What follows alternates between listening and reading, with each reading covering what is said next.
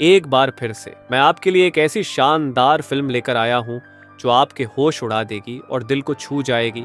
इसका नाम है बवाल। कहानी की शुरुआत होती है अजय से, जिसे प्यार से सभी लोग अज्जू भैया कहते हैं। अजय अपने शहर में बहुत इज्जत रखता है और एक हाई स्कूल में टीचर है। अजय को ज्ञान बांटना बहुत पसंद है, लेकिन अक्सर ऐसा होता है कि वह खुद नहीं पढ़ा रहा होता, बल्कि बच्चे खुद ही पढ़ रहे होते हैं। स्कूल के एक टीचर पांडे सर उसे क्लास में देख लेते हैं। प्रिंसिपल से शिकायत कर देते हैं कि अजय कुछ भी पढ़ा नहीं रहा है। जब प्रिंसिपल क्लास में आते हैं तो अजय को पूरे जोश के साथ बच्चों को पढ़ाते हुए पाते हैं।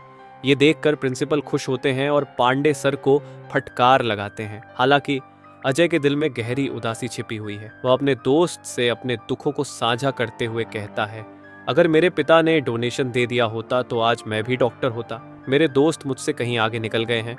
मैं सिर्फ वही दिखाता हूँ जो लोग देखना चाहते हैं, लेकिन अगर शहर वालों को मेरी असलियत पता चल जाए तो सब कुछ बर्बाद हो जाएगा। अजय घर पहुंचता है जहां उसके पिता उसे डांटते हैं। वहां से वह अपने कमरे में जाता है और तब हमें पता चलता है कि अजय शादीशुदा है। उसकी पत्नी का नाम निशा है, लेकिन दोनों के बीच बातचीत का नामो निशान नहीं है। निशा शादी से पहले बहुत खुशमिजाज और स्वतंत्र सोच की लड़की थी। शादी के समय उसने अजय को बताया था कि उसे मिर्गी के दौरे आते थे, पर पिछले 10 साल से ऐसा कुछ नहीं हुआ। अजय इस बात से थोड़ा सहम जाता है, पर निशा की बात मानकर शादी के लिए तैयार हो जाता है। शादी के दिन ही अजय निशा के कमरे में आता है और उसे मिर्गी का दौरा पड़ता हुआ देख डर जाता है। इस घटना के बाद से उनके रिश्ते में खटास आ जाती है। अजय निशा को कभी किसी फंक्शन या घूमने के लिए नहीं ले जाता। उसे डर रहता है कि अगर निशा को फिर से दौरा आ गया तो उसकी इज्जत मिट्टी में मिल जाएगी। एक दिन उनके बीच इसी बात को लेकर झगड़ा हो जाता है और निशा कहती है, तुम मुझे अपने साथ बाहर क्यों नहीं ले जाते? अजय गुस्से में जवाब देता है, क्या गारंटी है कि तुम्हें मिर्गी का दौरा नहीं आएगा और मेरी इज्जत यूं ही बनी रहेगी? तनातनी के बाद अजय के माता पिता उसे उसकी पत्नी को मायके छोड़ आने के लिए कहते हैं, लेकिन वह गुस्से में स्कूल चला जाता है। वहां एक स्टूडेंट अजय से बहस करता है, जिस पर अजय उसे थप्पड़ मार देता है। निशा अपने मायके पहुंचती है, जहां उसकी माँ उसे तलाक लेने की सलाह देती है, लेकिन निशा एक आखिरी मौका देने का फैसला करती है। इसी बीच थप्पड़ मारने की घटना शहर में आग की तरह फैल जाती है। उस लड़के के पिता एक बदमाश नेता हैं जो प्रिंसिपल से अजय की जांच करवाने के लिए कहते हैं और उसे स्कूल से निलंबित करवा देते हैं। अजय का आत्मसम्मान बुरी तरह से घायल हो जाता है और वह अपनी छवि को सुधारने के बारे में सोचता है। तब उसे एक आइडिया आता है।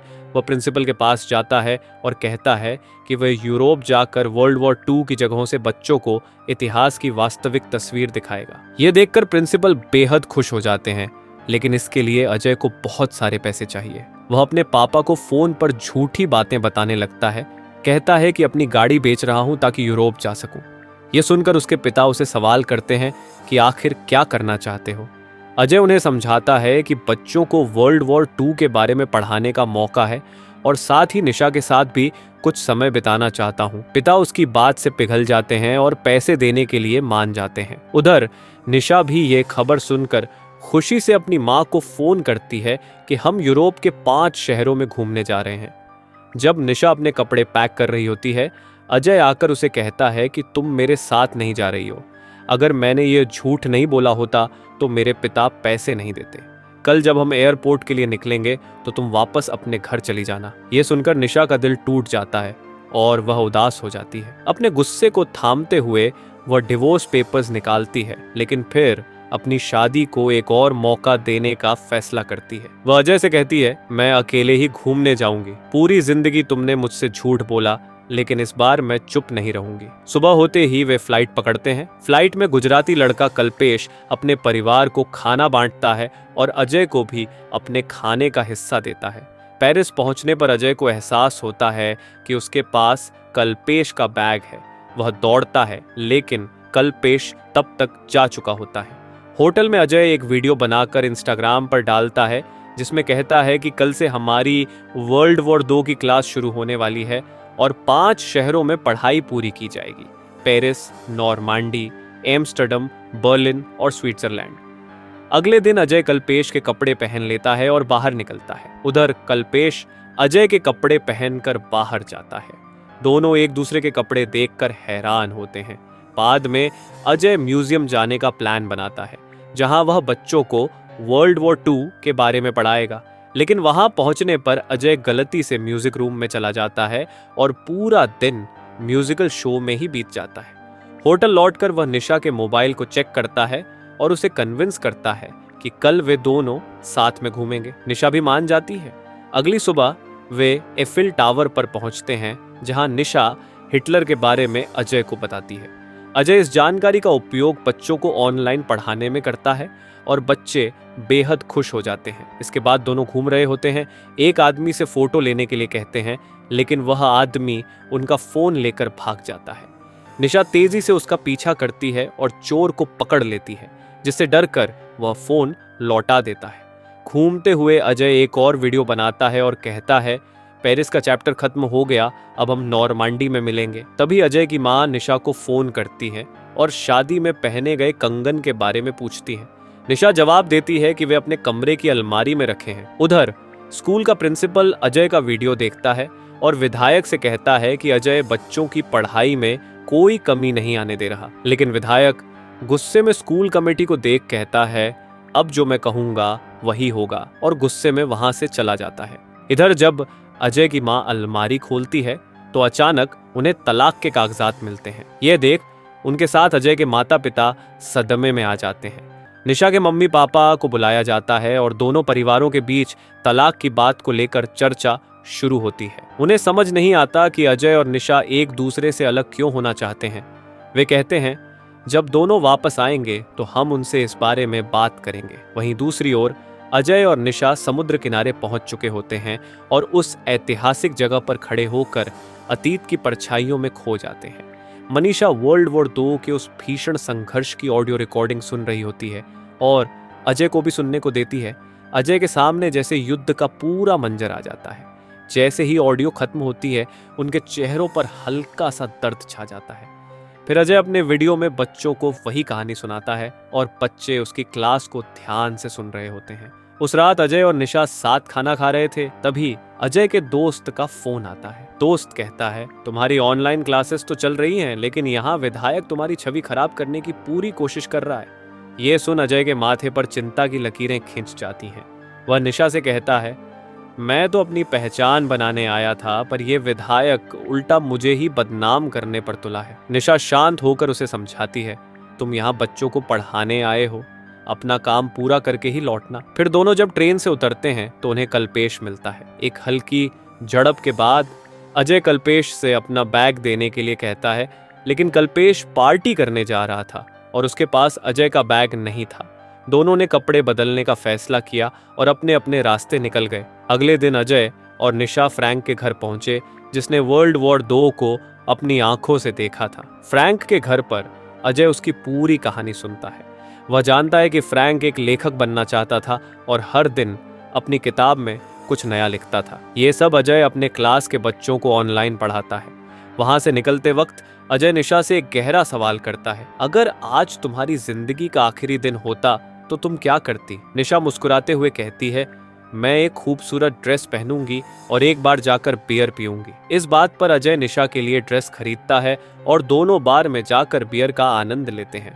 वो एक दूसरे को और करीब से जानने की कोशिश करते हैं, जैसा उन्होंने पहले कभी नहीं किया था। एक दूसरे के बारे में जानकर उनकी आंखों में एक नई चमक आ जाती है और दोनों नाचते गाते हैं जैसे उनकी दुनिया पूरी हो गई हो। अगले दिन दोनों बर्लिन में होते हैं, जहां अजय हिटलर के उस जुनून के बारे में बात करता है जो उसे हर जगह अपना आधिपत्य जमाने की ख्वाहिश रखता था। निशा कहती है, हम सब के अंदर एक छोटा सा हिटलर मौजूद होता है। हम जो पास है उसकी कद्र न करके दूसरों की चीजों पर कब्जा करना चाहते हैं। फिर वे होटल लौटते हैं और उसी वक्त अजय का दोस्त उसे कॉल करके बताता है कि अजय और निशा के डांस का वीडियो वायरल हो गया है और अब वह विधायक उसे नहीं छोड़ेगा। ये सुनकर अजय क्रोध से आग बबूला हो जाता है। वह निशा पर भड़कते हुए कहता है, तुमने ये वीडियो अपलोड क्यों कर दी? ये सब मजाक है क्या? हम यहाँ अपनी छवि बनाने आए थे और तुमने सब खराब कर दिया। निशा को बहुत बुरा लगता है। उसकी आंखों में आंसू आ जाते हैं। वह कहती है, मैंने तलाक के पेपर्स तैयार कर लिए हैं और घर पहुंचते ही साइन कर दूंगी। कल से मैं तुम्हारी जिंदगी से हमेशा के लिए दूर चली जाऊंगी। अगले दिन अजय अपना वीडियो बनाता है और कल्पेश से बैग एक्सचेंज करने का प्लान बनाता है। दोनों एक म्यूजियम में जाते हैं जहां हिटलर की बायोग्राफी रखी होती है। वहां का माहौल और इतिहास अजय को फिर से वर्ल्ड वॉर 2 के उस खौफनाक पल में वापस ले जाता है और वह अपनी कल्पनाओं में उस समय को जीवित महसूस करने लगता है। हम देखते हैं कि नाजी सिपाही अजय से कहते हैं कि वह अपने बैग में अपना सामान, अपनी पहचान संजो कर रखे। अजय अपने बैग में अपने माता पिता और अपनी बीवी निशा का फोटो सहेजता है। जैसे ही वह फोटो देखता है उसे महसूस होता है कि निशा उसकी जिंदगी का सबसे बड़ा हिस्सा है। जब वह निशा से मिलता है तो अजय धीरे से कहता है, मेरी प्यारी निशा, शायद मैंने तुम्हारे साथ कई गलतियां की हैं, पर जो भी खुशियां मैंने तुम्हारे साथ इस यात्रा में पाई हैं उनसे मेरी जिंदगी संवर गई है।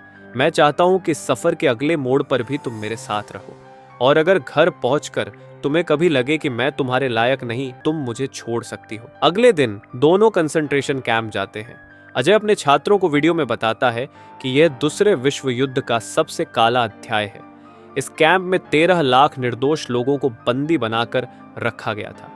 जरा सी गलती करने पर उन्हें मौत की सजा मिलती थी। ये कैंप धीरे धीरे मौत का जाल बनता गया, जहां 11 लाख से भी अधिक लोगों ने अपनी जान गंवाई। जब दोनों उस घर के मालिक के साथ खाना खाने बैठते हैं तो अजय कहता है, आज का दिन बहुत ही भारी था। घर का मालिक चिंतित होकर कहता है, कल आप गैस चैम्बर देखेंगे, ये इससे भी डरावनी जगह है। इसके बाद वह कहता है कि उसे एक इवेंट में जाना है जहां एक सर्वाइवर अपनी कहानी सुनाने वाला है। वह बताने वाला है कि उसने उस समय क्या क्या सहा। अजय और निशा भी वहां पहुंचते हैं जहां एक व्यक्ति एलेक्स ग्रेसलैंड अपने अनुभव साझा करता है। वह कहता है, मेरी शादी बहुत छोटी उम्र में हो गई थी। मैं कभी अपनी बीवी को वो खुशियां नहीं दे पाया जो वह डिजर्व करती थी। हम जब यहाँ पहुंचे तो हमें अलग कर दिया गया। बस दिन में 1 घंटे का समय मिलता था उसे देखने का। एक दिन वह मिलने नहीं आई और मुझे एहसास हुआ कि वह अब इस दुनिया में नहीं है। एलेक्स की कहानी सुनते हुए अजय को महसूस होता है कि जीवन कितना नाजुक है। वह निशा की ओर देखता है और उसके भीतर एक अजीब सा डर उमड़ने लगता है। वह कल्पना करता है कि जैसे वो और निशा भी उसी तरह के हालातों में फंसे हैं। उसकी नज़रों में उस कंसंट्रेशन कैंप की भयानक छवि तैरने लगती है। अगले दिन अजय और निशा गैस चैम्बर का दौरा करते हैं।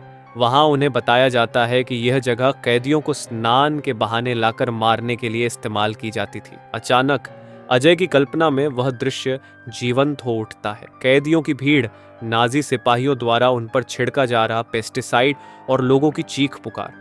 निशा इस दृश्य को देखकर डर जाती है और जोर से चिल्लाने लगती है। अजय घबराहट में उसके पास पहुंचता है, उसे संभालता है। कुछ देर बाद निशा शांत होती है और अजय उसे अपने घर लेकर जाता है। वह निशा का ख्याल रखता है और अगले दिन दोनों फ्लाइट से भारत लौट आते हैं। एयरपोर्ट पर अजय सोचता है कि निशा अब उसे छोड़कर चली जाएगी, पर निशा मुस्कुराते हुए कहती है, मैं तुम्हारे साथ रहना चाहती हूँ। अजय की आंखों में सुकून की चमक आ जाती है।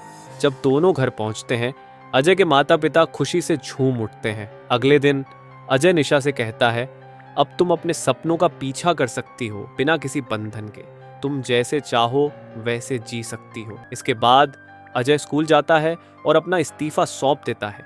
कहता है कि अब वह इस नौकरी में अपना दिल नहीं लगाता। लेकिन तभी प्रिंसिपल घोषणा करते हैं कि सरप्राइज टेस्ट में बच्चों ने बेहतरीन मार्क्स हासिल किए हैं। यह सुनकर अजय खुश हो जाता है और विधायक उसके इस्तीफे को फाड़ देते हैं। वो कहते हैं, मैं कभी नहीं चाहता कि कोई भी अच्छा शिक्षक इस स्कूल को छोड़े। तो दोस्तों, यहीं समाप्त होती है हमारी यह भावनाओं से भरी कहानी। मिलते हैं अगली वीडियो में एक और दिलचस्प कहानी के साथ। तब तक के लिए मुझे इजाजत दीजिए। नमस्कार।